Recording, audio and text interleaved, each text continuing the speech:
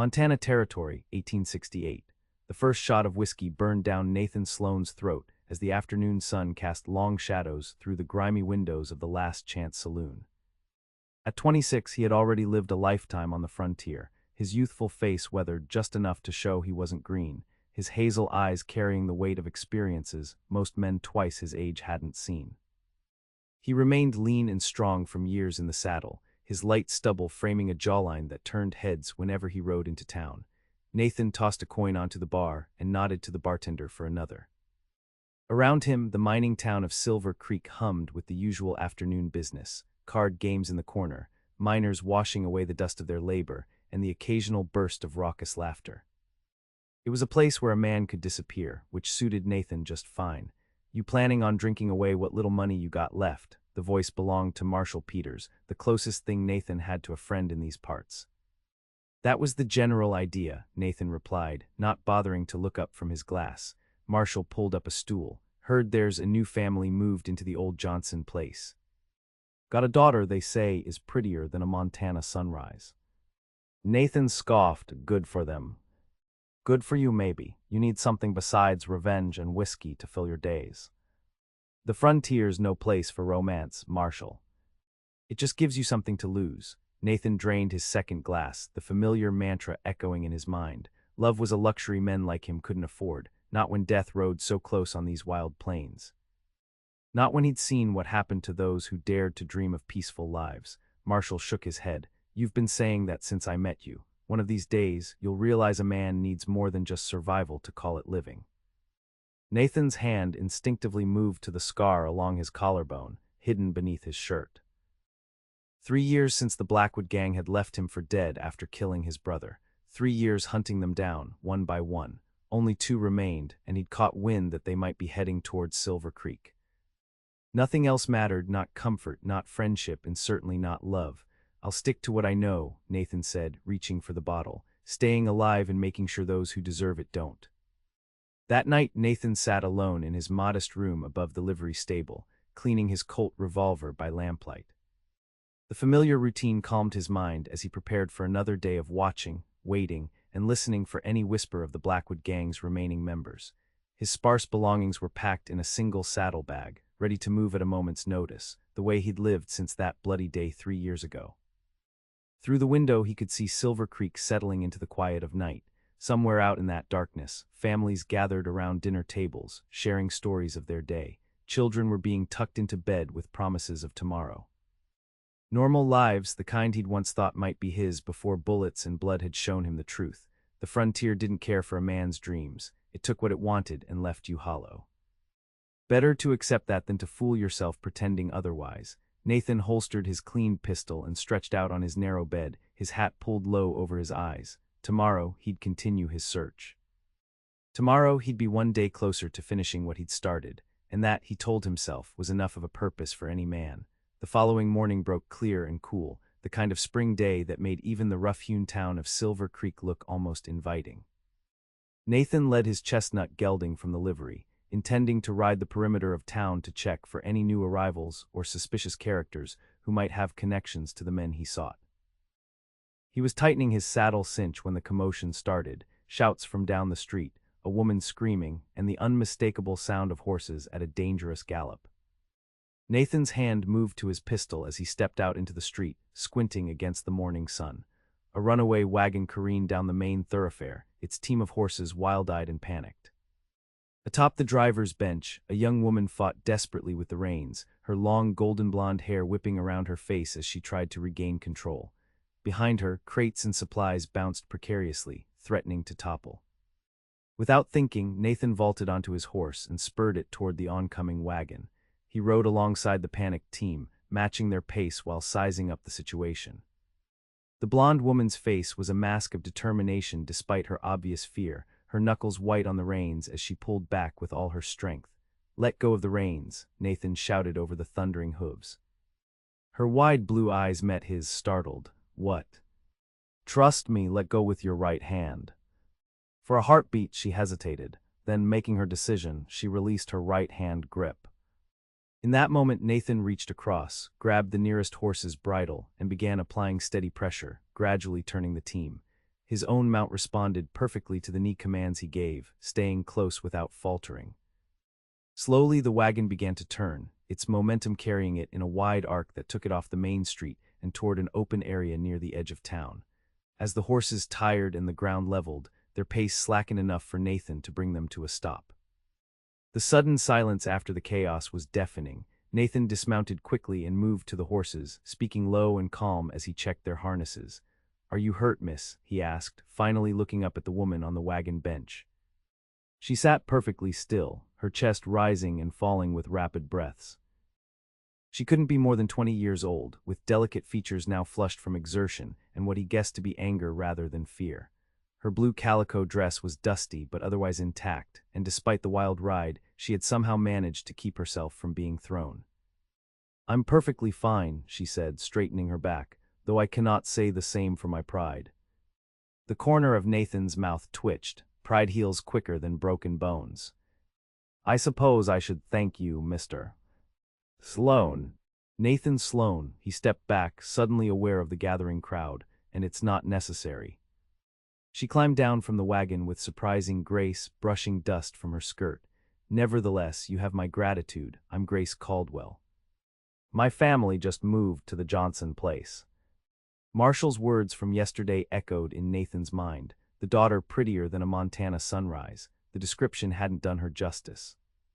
"What spooked your team?" he asked, redirecting his thoughts. "A snake in the road, I believe. I was bringing supplies back from town." She gestured to the wagon, where several crates had indeed fallen. "Let me help you gather these up before heading back. That team needs rest before you try driving them again." She raised an eyebrow. "Are you suggesting I can't handle my own wagon, Mr. Sloan?" "I'm suggesting those horses need a moment to calm down, same as anyone would after a fright." A small smile touched her lips. Fair enough. They worked together in silence, rearranging the supplies and securing them more firmly. Nathan couldn't help noticing her capable hands and practical approach. This was no delicate city girl playing at frontier life. "You've lived out west long?" he asked. "Most of my life. My father ran a trading post near Fort Laramie before deciding to try ranching." She tied a final knot in the rope securing a crate. "And you handle yourself like a man comfortable in the saddle." "Born to it," he said simply, not elaborating further. A man pushed through the dispersing crowd, tall, with Grace's same golden hair now streaked with silver. "Grace, are you all right, Mrs. Tompkins came running to tell me there was trouble." "I'm fine, Father. Mr. Sloan here helped stop the team before any real damage was done." The older man turned to Nathan, extending his hand. "Thomas Caldwell." "I'm in your debt, sir." Nathan shook his hand briefly. "Just happened to be in the right place." "Nonsense, you must come to dinner tonight as thanks. We don't have much, but we set a decent table." Before Nathan could decline, Grace interjected. "Father, Mr. Sloan likely has other obligations." Their eyes met and Nathan saw something challenging in hers, as though she was daring him to accept, expecting him to refuse. It irritated him, that assumption. "Actually, I'm free this evening," he heard himself say. "Thank you for the invitation." Thomas Caldwell beamed. "Excellent, we're at the old Johnson place, about 3 miles east of town. Come around sundown." As her father moved to check on the horses, Grace stepped closer to Nathan. "You didn't have to accept out of politeness." "I didn't," he replied. "Maybe I'm curious to see if you're as capable with cooking as you are with knots." A flash of indignation crossed her features before she caught the glint in his eye. "Careful, Mr. Sloan, I might just serve you rattlesnake stew." For the first time in longer than he could remember, Nathan felt the ghost of a genuine smile. "I've had worse." As he watched Grace and her father drive the now calm team away, Nathan felt a strange disquiet. He'd accepted the invitation on impulse, something he never did. Impulses got men killed in the territories. Every action needed to serve his purpose, finding the remaining Blackwood gang members and finishing what he'd started. A dinner with strangers accomplished nothing toward that end. Yet he found himself looking forward to sundown with an anticipation he couldn't justify. Later that afternoon, Nathan stood in his room, regarding his reflection in the small, cracked mirror. He'd shaved, revealing a face younger than he usually allowed the world to see. His best shirt, still rough and trail-worn but clean, replaced his usual faded flannel. He looked like a man going courting, which he most certainly was not. "This is foolishness," he muttered to himself, reaching for his hat, yet he didn't cancel. Instead, as the sun began its descent toward the western mountains, Nathan rode out of Silver Creek toward the Johnson place. He told himself it was simply the decent thing to do, accepting hospitality when offered. In truth, the prospect of a home-cooked meal and conversation that didn't revolve around bounties or outlaws held an appeal he was reluctant to examine too closely. The Johnson place, now the Caldwell Ranch, came into view just as the sky turned golden. It was modest but well situated, a main house with a new coat of whitewash, a sturdy barn, and a corral where several horses grazed. Someone had planted flowering bushes along the front path, their early blooms adding unexpected color to the frontier setting. As Nathan dismounted and tethered his horse to the hitching post, the front door opened. Grace stood there, transformed from the dusty wagon driver of that morning. Her golden hair was neatly pinned, a few curls framing her face, and she wore a simple but becoming blue dress that matched her eyes. The sight of her caught him off guard. "You came," she said, sounding genuinely surprised. "I said I would." He removed his hat as he approached the porch. "Many men say things they don't mean, Mr. Sloan. I'm not most men." A smile tugged at her lips. "No, I don't believe you are. Come in. Father's just finished washing up." The interior of the house was modest but comfortable, with furniture that showed signs of a long journey west. A small piano stood against one wall, books lined another, and the smell of cooking filled the air. It was a real home, not just shelter, and Nathan felt immediately out of place. "Mr. Sloan." "Welcome." Thomas Caldwell emerged from a back room, extending his hand. "Please make yourself comfortable. Grace has prepared quite a meal in your honor." "You needn't have gone to such trouble," Nathan said, directing his words to Grace. "It's no trouble to show proper gratitude," she replied, moving toward the kitchen. "Though I warn you, it's not rattlesnake stew." Thomas looked confused, but Nathan found himself smiling again. "A private joke," he explained. "Well, I'm glad to see you two getting along. Grace doesn't warm to strangers easily." "Father," Grace called from the kitchen, "please don't talk about me as though I'm not here." The dinner that followed was unlike anything Nathan had experienced in years. The food was simple but well prepared: roasted beef, potatoes with herbs, fresh bread, and an apple pie that made him think fleetingly of his mother's cooking. But it was the conversation that truly marked the evening as extraordinary. Thomas Caldwell proved to be well-read and thoughtful, discussing everything from cattle breeding to politics with equal enthusiasm. And Grace, she was a revelation. Educated and opinionated, she challenged her father's views and Nathan's assumptions with equal fervor. When talk turned to the development of the territory, she argued passionately for schools and civilization, while Nathan maintained that the frontier's wildness was its true value.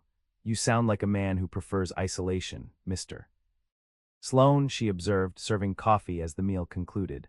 "I prefer freedom," he countered. "Civilization brings rules and constraints. It also brings community, music, learning." She gestured to the books and piano. "Things that make life more than mere survival." "Those things make you vulnerable," Nathan said before he could check himself. "Out here, anything you cherish becomes a target." A silence fell over the table. Grace studied him with those penetrating blue eyes.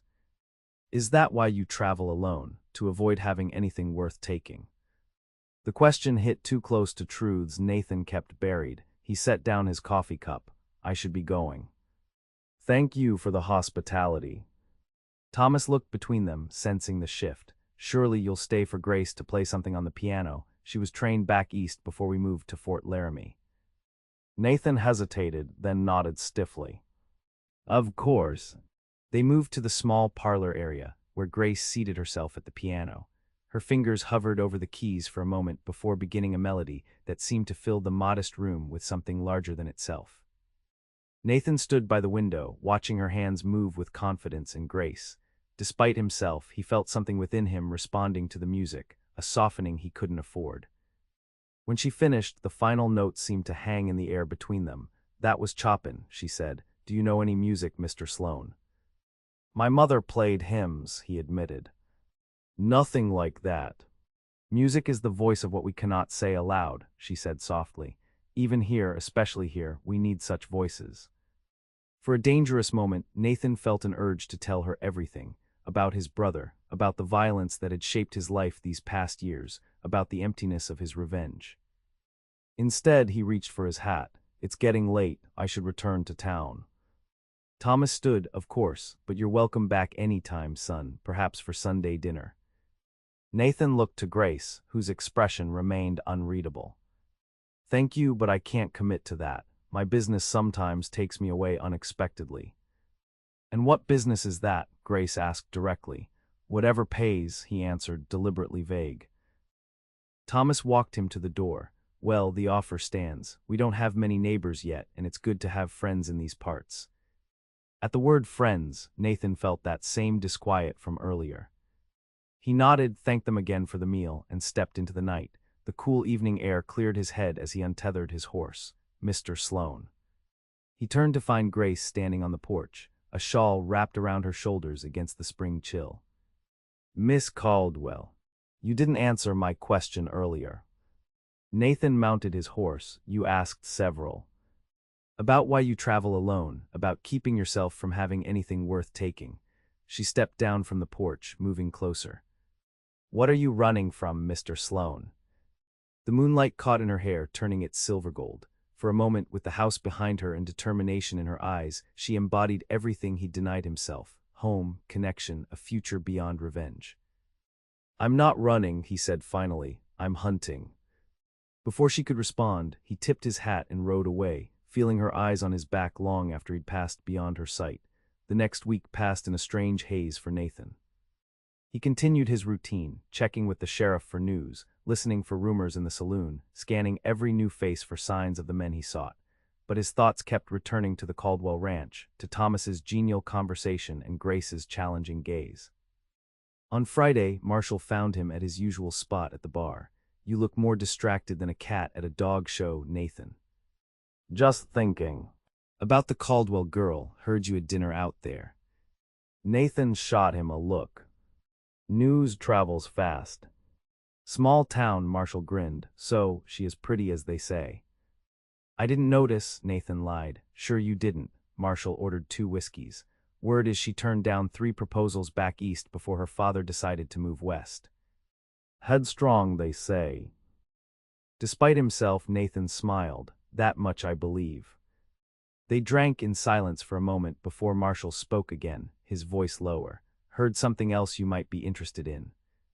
Stranger in town asking questions about you." Nathan's hand stilled on his glass. "What kind of questions?" "Where you stay, what your habits are. Told Jenkins at the general store he was an old friend looking to surprise you." "Description." Tall dark beard, scar across his right cheek. Marshall watched him carefully. "One of your Blackwood boys. Could be James Emery." Nathan set down his glass, his mind racing. "He's still in town." "Left this morning, headed east, they said." "East toward the Caldwell Ranch." The realization hit Nathan like a physical blow. He'd been seen at the dinner or someone had talked. Either way, his connection to the Caldwells, however tenuous, had been noticed. "I need to go." He stood abruptly. Marshall caught his arm. "Nathan, wait, whatever this is about. Stay out of it, Marshall, for your own good." The ride to the Caldwell Ranch seemed interminable, though Nathan pushed his horse harder than was wise in the gathering darkness. His mind filled with terrible possibilities. Emery was ruthless, had always been the cruelest of the gang. If he thought hurting the Caldwells would draw Nathan out, the ranch came into view, and Nathan felt a surge of relief at the sight of lamplight in the windows. He slowed his approach, suddenly conscious that his fears might be unfounded. Perhaps Emery had simply been passing through, gathering information before moving on to wherever the remaining Blackwood members were hiding. As he drew closer, something felt wrong. The front door stood slightly ajar, swinging gently in the evening breeze. No sound came from inside, no conversation, no piano music, nothing.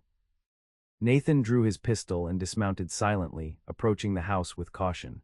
He paused at the porch steps, listening. A crash from inside broke the silence, followed by a man's angry voice. "Tell me where he went, girl." Grace's voice, steady despite obvious fear. "I told you, I don't know any Nathan Sloan well enough to know his business." Nathan moved swiftly but silently up the porch steps and to the partially open door. Through the gap he could see into the main room. Thomas Caldwell lay unconscious on the floor, blood matting his gold-and-silver hair. Grace stood with her back to the piano, facing a tall man with a dark beard and the distinctive scar across his right cheek, James Emery. "Your father didn't need to get hurt," Emery was saying, gesturing with his pistol. "And you don't either. Just tell me where Sloan is staying in town and when he usually returns." "And then you'll kill him," Grace said, her chin raised defiantly. "I won't help you murder a man, even one I barely know." Emery laughed, the sound chilling. "Noble, stupid but noble." He stepped closer to her. "Sloan killed my friends, hunted them down like animals. All because of a fair fight that his brother lost." "A fair fight implies both sides were armed," Nathan said, pushing the door fully open and stepping into the room, his pistol aimed at Emery's heart. "Michael never carried a gun." "You shot an unarmed man in the back." Emery spun around, his own weapon rising. "Sloan saved me the trouble of finding you." "Step away from her." Nathan's voice was deadly calm, his focus absolute. For a tense moment, no one moved. Then Emery smiled, taking a deliberate step closer to Grace. "You care about this one, don't you? That's new. The Nathan Sloan I remember was a cold bastard even before we killed his brother. This is between you and me. Let her go." "Actually, I think I'll take her with me. Insurance." Emery reached for Grace's arm. What happened next occurred so quickly that Nathan barely had time to register it. As Emery grabbed her, Grace's hand closed around a heavy candlestick on the piano. She swung it with surprising force, catching him on the temple. He staggered, his gun discharging into the ceiling as he fell. Nathan surged forward, kicking Emery's weapon away and pressing his own pistol to the man's head. "Don't move." Grace rushed to her father's side, checking his breathing. "He's alive, just unconscious. Who is this man? What does he want with you?" "Get some rope," Nathan said, not taking his eyes off Emery. "I'll explain everything." An hour later, James Emery sat bound to a chair in the Caldwell kitchen. Thomas, now conscious though groggy, sat at the table with a cloth pressed to the gash on his head. Grace moved between them, tending to her father while keeping a wary eye on their prisoner. "He and his gang killed my brother 3 years ago," Nathan explained, his voice flat. "Shot him in the back over a card game he wasn't even playing in. When I tried to stop them, they shot me too and left us both for dead. Michael didn't make it, I did." "So you've been hunting them down," Grace said quietly. "That's what you meant that night." Nathan nodded. 5 of them originally. Emery here makes 4. Emery spat on the floor. "You're a dead man, Sloan. Even if you kill me, Curtis will find you. He always was the worst of us." "Shut up," Nathan growled. Thomas looked between them. "What happens now?" "I take him to the territorial marshal in Helena. He'll hang for what he's done." Nathan checked the ropes one last time. "I'll leave at first light." "And then," Grace asked, "when the last one is caught, what then?" It was a question Nathan had avoided asking himself. What came after revenge? What purpose would drive him then? "I don't know," he admitted. Thomas cleared his throat. "Well, whatever your plans, we're in your debt again, Mr. Sloan. You likely saved our lives tonight. It's my fault you were in danger at all. I should never have come here." Nathan looked at Grace, whose face reflected a complex mix of emotions. "I'm sorry for bringing this to your door." "You couldn't have known," she said. "I should have. Men like Emery, they use any connection, any weakness." He moved to the window, looking out into the darkness. "I'll take him to the barn for the night. Keep watch there." "I'll help," Grace said, rising. "Grace," her father began. "I'll be fine, father, rest. I'll return shortly." Outside, the night had grown cool. Stars scattered across the vast Montana sky. They walked in silence to the barn, Nathan keeping a firm grip on Emery's bound arms. Inside, Nathan secured the prisoner to a post, checking that the ropes would hold through the night. "Try to sleep," he told Emery coldly. "It's a long ride to Helena." When they stepped outside again, Grace lingered rather than returning to the house. "You should have told me the truth from the beginning." "Would it have changed anything?" "Perhaps not, but I would have understood why you hold yourself apart." She wrapped her shawl tighter around her shoulders. 3 years is a long time to live for nothing but revenge."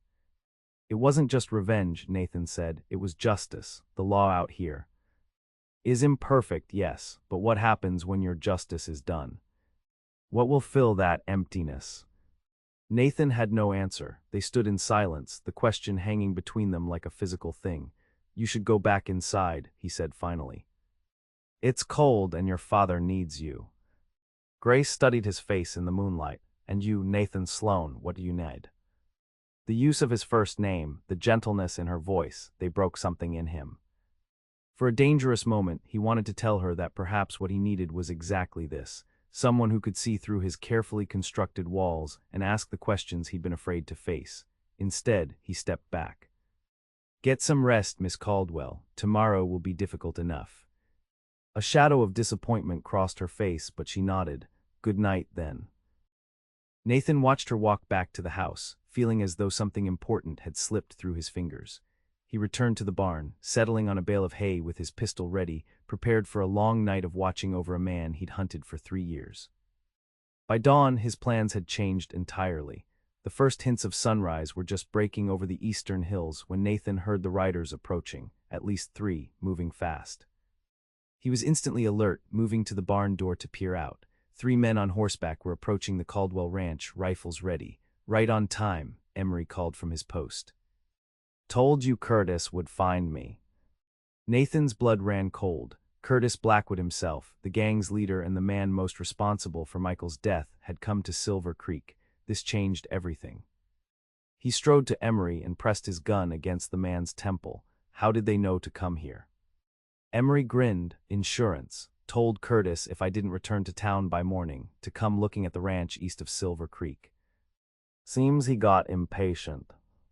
Nathan's mind raced. 3 against 1 weren't good odds, especially with the Caldwells to protect. He needed to move quickly. "If you want to live through this day," he told Emery in a low voice, "you'll do exactly as I say."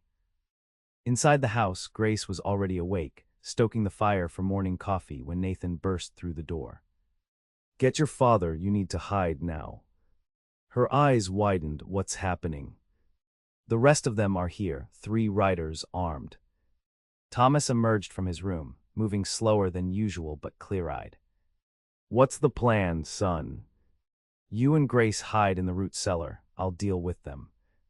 Grace shook her head firmly. "This is our home. We'll defend it together." "This isn't your fight," Nathan insisted. "It became our fight when that man attacked my father," Grace said, moving to a cabinet and retrieving a shotgun. "I know how to use this." Thomas nodded. "As do I. We're not hiding, Mr. Sloan." Nathan looked between them, seeing the same determination in both faces. "Fine, but you follow my lead." Curtis Blackwood isn't just another outlaw, he's a killer who enjoys his work. They positioned themselves strategically, Thomas upstairs with a clear view of the approach, Grace in the kitchen with her shotgun covering the back door, and Nathan in the main room, using Emery as both shield and bait. They left the front door open, a clear invitation. The riders stopped a cautious distance from the house. One man, taller than the others with a distinctive black coat, called out, "Emery, you in there?" At Nathan's nudge, Emery responded. "I'm here, Curtis. Got myself captured like a greenhorn." "Who's holding you? The law." Nathan called back, "Not the law, Blackwood, someone with a more personal interest." A moment of silence followed, then, that voice, Sloan. "Is that you, boy?" "It's me. Come on in, and we can finish what you started 3 years ago." Curtis laughed, a sound that sent a chill down Nathan's spine. "Just like that, walk into what's obviously a trap." "I don't think so." "Then we wait," Nathan replied. "I've got food, water, and your man. How long before the territorial marshal arrives, do you think?" A muttered conference between the riders followed. Then, "Send Emery out and we'll talk terms." "No terms. You want him alive, you come get him." More consultation, then the sound of the men dismounting. Nathan tensed, positioning himself behind Emery with a clear view of the door. "Get ready," he called softly to his allies. The attack, when it came, was coordinated and vicious. One man fired through the front windows while another kicked in the back door. The third, Curtis, used the distraction to charge through the front. Thomas fired from upstairs, catching one outlaw in the shoulder. Grace's shotgun roared, forcing the man at the back door to retreat.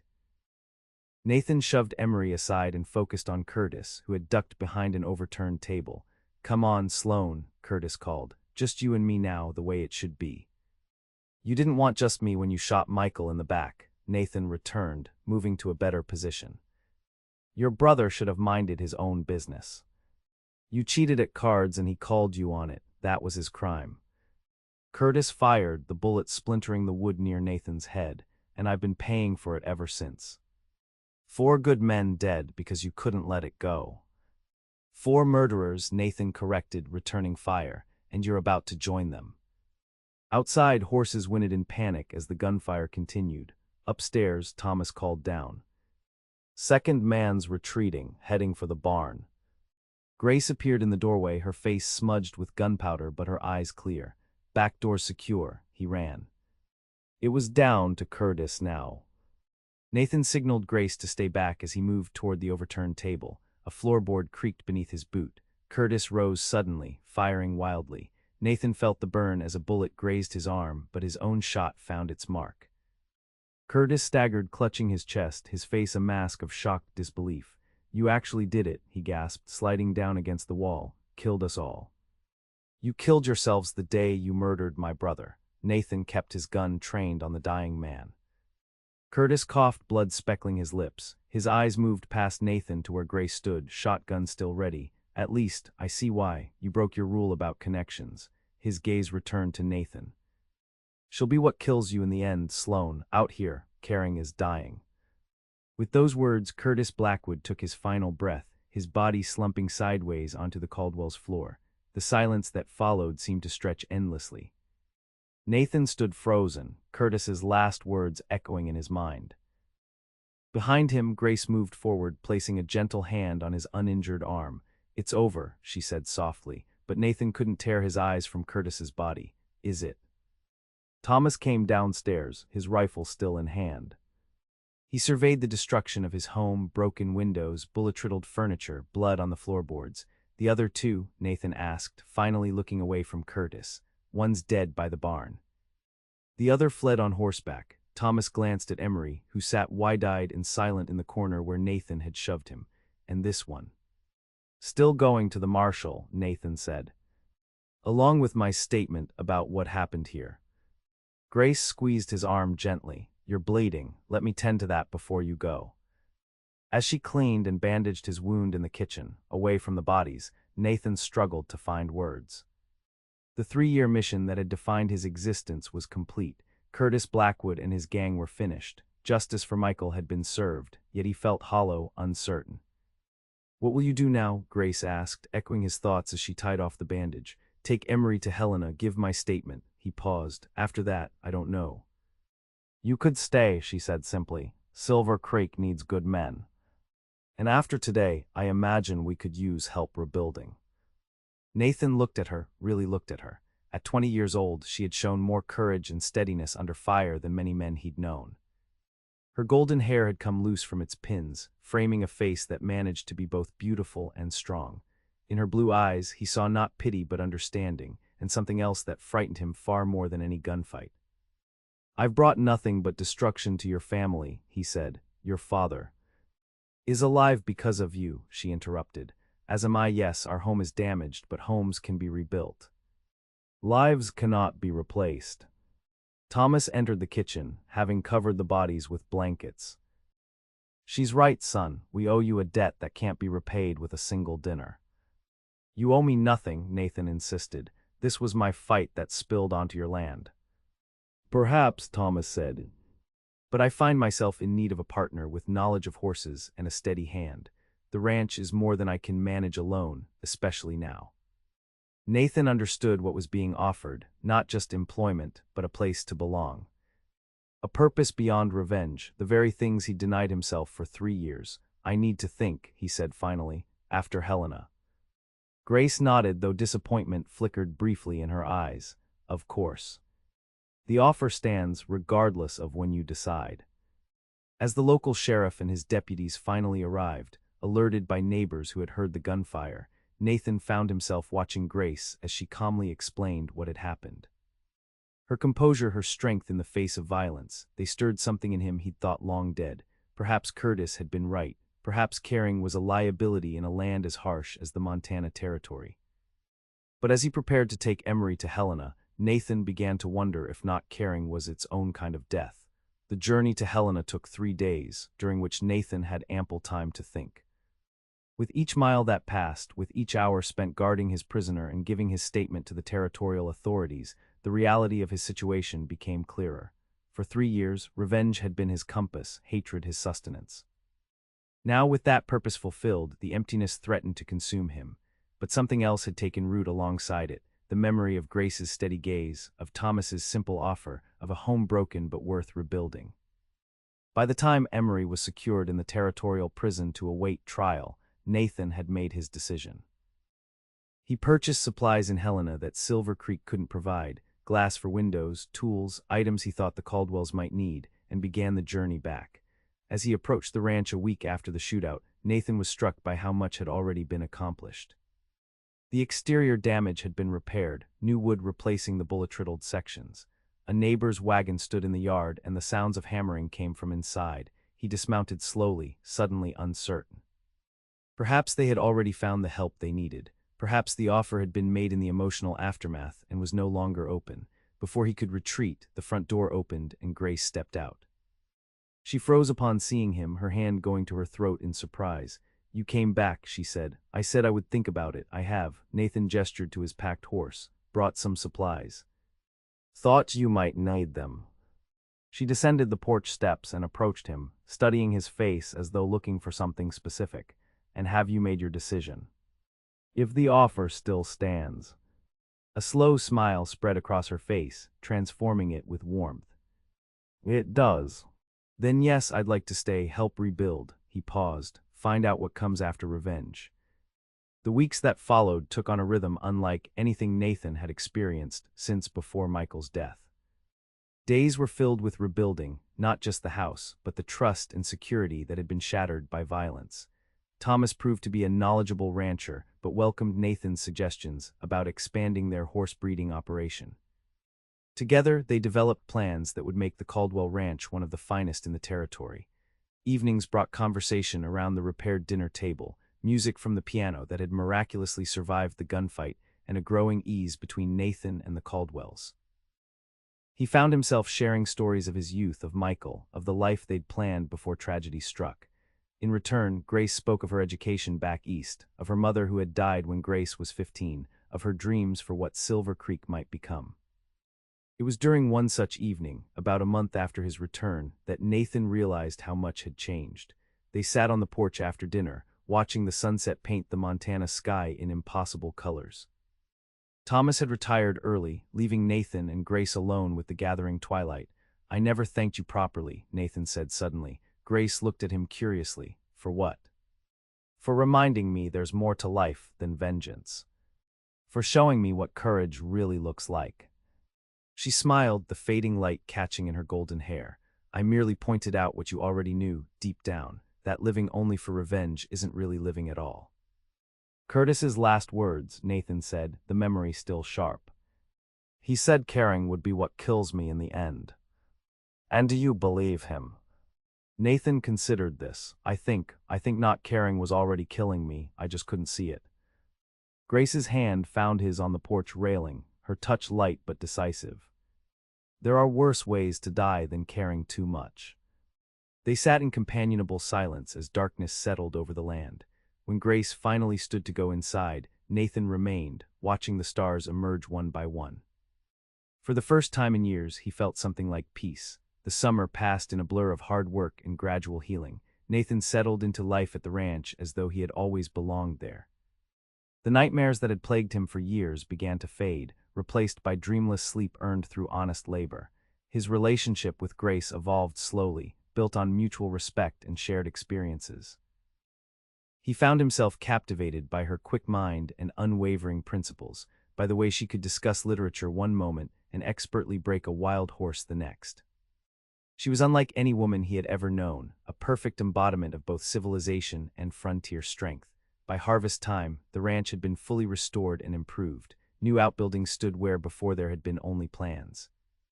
The horse herd had grown, with several promising colts that would fetch good prices at next year's market. And though no words of courtship had been officially spoken between Nathan and Grace, the entire community of Silver Creek regarded them as a matched pair. It was Thomas who finally broached the subject one evening as he and Nathan inspected a new corral fence. "My daughter cares for you," he said without preamble, "more than she's cared for any man, I'd wager." Nathan's hands stilled on the fence post. "Sir, No need for formalities, son. We've bled together, remember?" Thomas smiled. "I'm not asking your intentions. I can see them plainly enough. I'm simply saying that life is short, especially out here. Don't waste time circling what you both clearly want." That night, Nathan lay awake in the small cabin he'd built for himself near the main house, Thomas's words echoing in his mind. The older man was right. Nathan had been hesitating, holding back despite the feelings that had grown between him and Grace. Part of him still feared Curtis's dying prediction. Caring made you vulnerable. Love could be used against you in a land as unforgiving as the frontier. Yet hadn't he already crossed that line? Didn't the very peace he now felt prove that connection was worth the risk? The next morning dawned clear and cool, autumn painting the surrounding hills in gold and crimson. Nathan rose early and rode into Silver Creek, returning with a small package tucked carefully in his saddlebag. That evening, he asked Grace to ride with him to the small lake at the edge of the property, a place that had become a favorite retreat for both of them. As the sunset reflected on the still water, Nathan finally found the courage to speak the words that had been building within him for months. "When I came to Silver Creek, I was barely living. Vengeance had hollowed me out until there was nothing left but hatred and determination." He turned to face her, taking in her golden hair, catching the last rays of sunlight, her blue eyes watching him intently. "You and your father offered me more than a job or a place to stay. You offered me a way back to life." Grace's expression softened. "You found your own way back, Nathan. We merely opened the door." "No, it was more than that." He took her hand, his thumb tracing over her knuckles. "You showed me that there are things worth building, not just destroying, worth protecting, not just avenging." "Is that what I am to you?" "Something to protect." There was a challenge in her voice. Nathan smiled. "No, you're the strongest person I know, Grace Caldwell. You don't need my protection, but I hope." He withdrew the small box from his pocket. "I hope you might accept my partnership, my love, my life." He opened the box to reveal a simple gold ring set with a small sapphire that matched her eyes. "I can't offer wealth or an easy life. The frontier will always be challenging. But I can promise to face those challenges by your side, if you'll have me." Grace looked from the ring to his face, her eyes suddenly bright with unshed tears. "Are you certain this is what you want? Not just gratitude or obligation." "I've never been more certain of anything," Nathan said. "I love you, Grace, not out of gratitude, but for who you are, your courage, your mind, your heart. Everything that makes you uniquely you." For a long moment, she simply looked at him, her expression unreadable. Then slowly, she withdrew her hand from his. "You don't have to love me," she said softly. "Not if it's born from feeling indebted. Not if any part of you still believes what Curtis said about caring being a weakness." Nathan's heart sank at her words, but before he could respond, she continued. "I need to know that you're choosing this, choosing us, because you truly want it, not because you think it's expected or because you're afraid of returning to the emptiness." He studied her face, understanding dawning. She wasn't refusing him. She was ensuring that his proposal came from love rather than fear or obligation. It was so characteristically Grace, direct, thoughtful, unwilling to accept anything less than complete honesty. "Too late," he whispered back. "I've already fallen completely, irrevocably in love with you, Grace Caldwell. There's no going back for me even if I wanted to, which I don't." Her eyes widened at his words, recognition flashing across her features. "You're sure?" "I've spent 3 years of my life chasing death. I want to spend the rest of it building life with you." A smile broke across her face then, radiant as the sunrise. "Then yes, Nathan Sloan. Yes to partnership, to love, to facing whatever comes together." He slipped the ring onto her finger, then drew her close, kissing her with all the emotion he'd kept contained for so long. In that moment, with the Montana sunset painting the world in fire and gold around them, Nathan knew with absolute certainty that Curtis had been wrong. Caring wasn't weakness, it was the greatest strength he'd ever known. Their wedding took place that December in Silver Creek's newly built church, with the entire community in attendance. Thomas Caldwell beamed with pride as he walked his daughter down the aisle to where Nathan waited, scarcely able to believe his good fortune. Grace was radiant in a gown of deep blue velvet, her golden hair crowned with winter berries and evergreen. As they exchanged vows, promising to cherish and support each other through all that the frontier might bring, Nathan felt the last shadows of his past finally release their hold. The celebration afterward filled the Caldwell home with music, laughter, and the warm wishes of neighbors, who had come to respect both the determined young woman who challenged conventional thinking and the reformed avenger who had found his way back to humanity through love. As midnight approached and the last guests departed, Nathan led his bride out onto the porch. Snow had begun to fall, transforming the landscape into something magical and new. "Happy?" he asked, wrapping his arm around her waist. "Completely," she replied, leaning into his embrace, "though I was right, you know." "About what?" "That night by the lake, you didn't have to love me." Nathan smiled, remembering his response. "And I was right too, it was already too late." "I'd already fallen." She turned in his arms, her blue eyes serious despite her smile. "The frontier will still be harsh, Nathan. There will be hard years, challenges we can't foresee." "I know," he brushed a snowflake from her cheek. "But we'll face them together, and that makes all the difference." As they stood together watching the snow transform their land, Nathan reflected on the journey that had brought him to this moment. From a man consumed by revenge to one defined by love, from isolation to connection, from darkness into light, the Montana Territory remained wild and unpredictable, a place where survival required strength and determination. But Nathan had discovered something Curtis Blackwood never understood, that true strength came not from hardening your heart against attachment, but from finding the courage to open it. With Grace by his side and a future stretching before them filled with possibility rather than vengeance, Nathan Sloan stepped forward into his new life, finally and completely at peace. 5 years later, the Caldwell Sloan Ranch had become one of the most successful in the territory.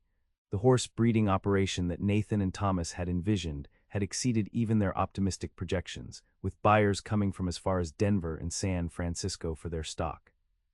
The original house had been expanded to accommodate the growing family. Grace had given birth to twin boys, Michael and Thomas, now 3 years old, and had recently delivered a daughter they named Elizabeth after Nathan's mother.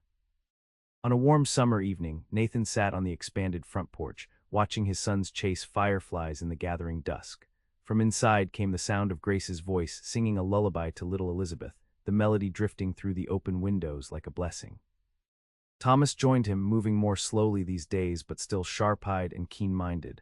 "Quite a sight, isn't it?" he said, nodding toward the playing children. "Never thought I'd see anything like it," Nathan admitted. "Not in my life, anyway." "Life has a way of surprising us." Thomas settled into the chair beside him, "especially when we stop fighting against its better possibilities." They sat in companionable silence as the twilight deepened. Eventually, Grace appeared in the doorway, Elizabeth sleeping against her shoulder. "The boys need to come in soon," she said, "though they won't thank me for saying so." Nathan nodded, still marveling at the picture she made, his wife, the mother of his children, the partner who had shown him a way forward when he could see only the past.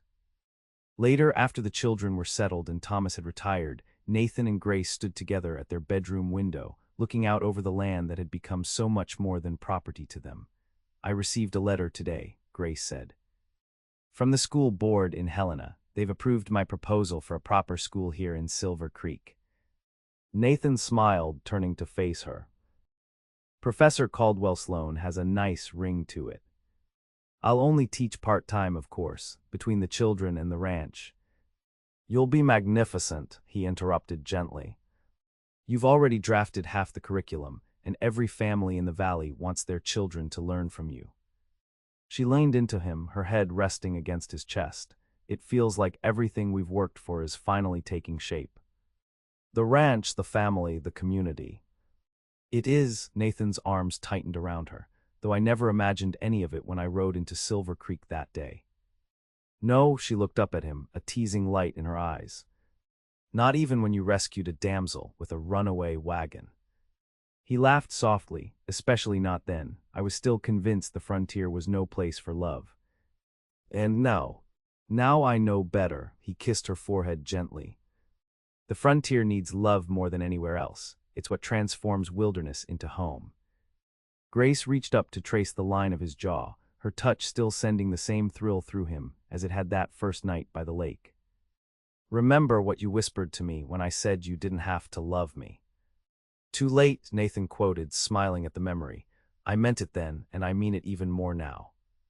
Loving you, building this life with you, it's the best decision I ever made." Outside, the Montana night spread vast and star-filled above their land. Inside, the home they had built together sheltered their sleeping children. And between them, the love that had transformed a vengeful drifter and a determined young woman into partners, parents, and pillars of their community continued to deepen with each passing season. For Nathan Sloan, the journey from revenge to redemption had been long and often painful. But standing here with Grace in his arms, with the future stretching bright before them, he knew with absolute certainty that every step had led exactly where he was meant to be. The frontier had not defeated them. Instead, they had tamed it with the most powerful force of all, a love born in adversity, tested by challenge, and proven unbreakable through the passing years.